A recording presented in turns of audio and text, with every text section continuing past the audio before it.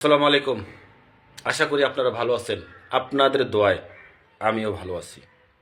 আমি আজকে যে বিষয়টা নিয়ে কথা বলবো সেটা হলো ড্রাইভারদের প্রতি আমাদের ভালোবাসা। কেননা আমরা ড্রাইভারদেরকে সবসময় ভালোবাসবো। তাদের কারণে আজকে এই বাংলাদেশের উন্নয়নের যাত্রা এবং এক স্থান থেকে অন্য স্থানে, এক জায়গা থেকে আরেক জায়গায় যত মালামাল আনা নেওয়া করেন শুধু এই ড্রাইভাররা। তাদেরকে আমি ভালোবাসি, শ্রদ্ধা করি। পাশাপাশি যে সমস্ত পরিবহন ড্রাইভার ভাইরা আছেন তাদেরকে আমি আরও বেশি ভালোবাসি।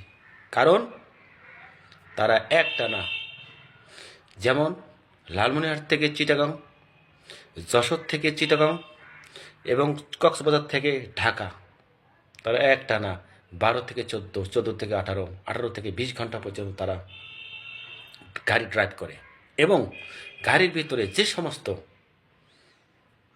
যাত্রী ভাই ও বন্ধুরা থাকেন তাদেরকে সেপে এক স্থান থেকে অন্য স্থানে, এক জায়গা থেকে অন্য জায়গায় তারা আনা নেওয়া করেন এবং তাদের নিরাপত্তা নিশ্চিত করার দায়িত্ব এই ড্রাইভার ভাইদের।